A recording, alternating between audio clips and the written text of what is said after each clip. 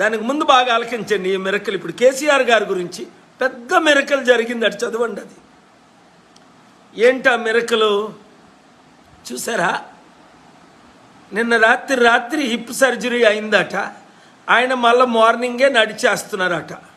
మరి కెన్యాలో దేవుడు చనిపోయినోడిని లేపినప్పుడు 3 రోజులు, ఎందుకంటే ఆ ప్యాకేజ్ని నేను తిరిగి ఇచ్చేసేటప్పుడు దేవుడు నన్ను గద్దిస్తే అప్పుడు in the name of Jesus be healed, rise from the dead and grave అన్నాను.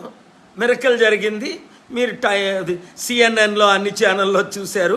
నా జీవితంలో చనిపోయిన వారు లెగడం అదే మొదటిసారి, అదే చివరిసారి.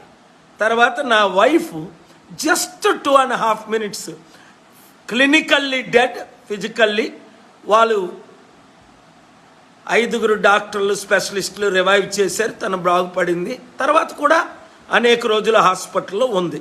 సో మిరకల్ జరిగింది. కానీ ఇప్పుడు కేసీఆర్ గారికి ఎవరు ప్రేయర్ చేశారు?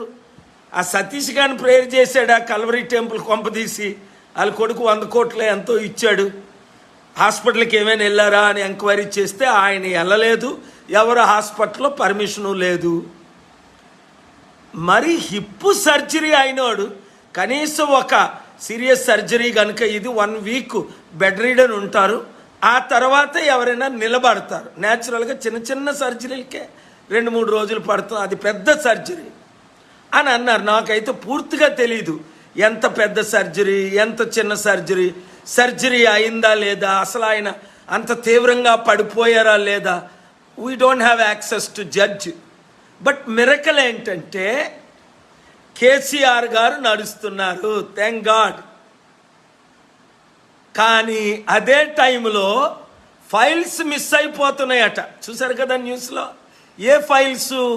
ఈ 100,000, 1,000, లక్షల కోట్లు దోచుకున్న ఫైల్స్. అందుకే December 2 ఎలక్షన్ కౌంట్ అవ్వకముందే ఒక ఓటు. Please subscribe .news.